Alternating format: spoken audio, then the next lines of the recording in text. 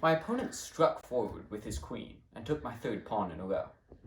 I shrugged and pulled forward my rook to threaten his queen. His queen retreated a few spaces, threatening another one of my pawns, and I just laughed, happy that the only pieces my opponent seemed to be able to kill were pawns, the weakest piece on the chessboard. In chess, like most people, I always stay focused on my opponent's larger, more important pieces. Pawns are nothing more than mild annoyances. They aren't actually dangerous. In today's world, sometimes it's easy to feel like you are nothing more than a pawn, moved by someone else. Even in a democracy, we may feel helpless when bureaucracy overpowers us, regulations hem us in, or elections don't go our way.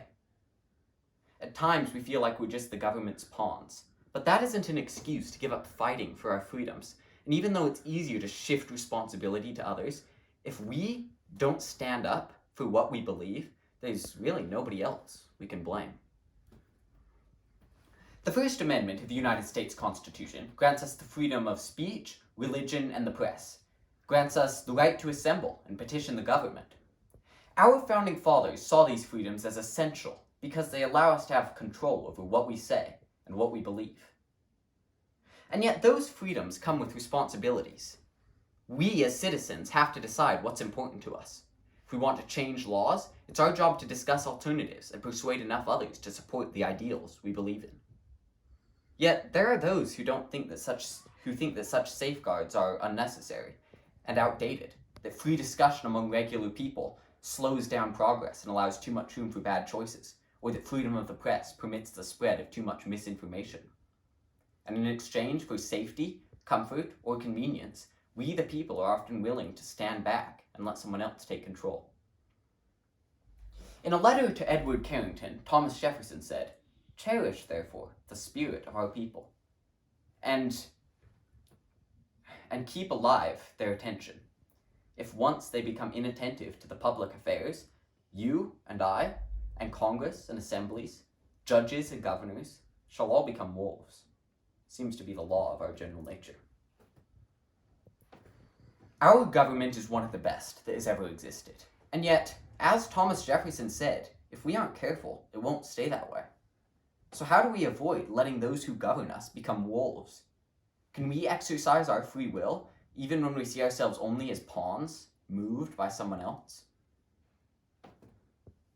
According to the Oxford Dictionary, a pawn is a person used by others for their own purposes.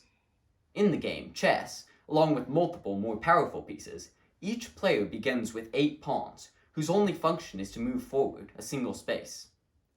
At first glance, the name pawn seems to accurately describe the piece, desperately trying to survive, on a board covered with much more powerful pieces.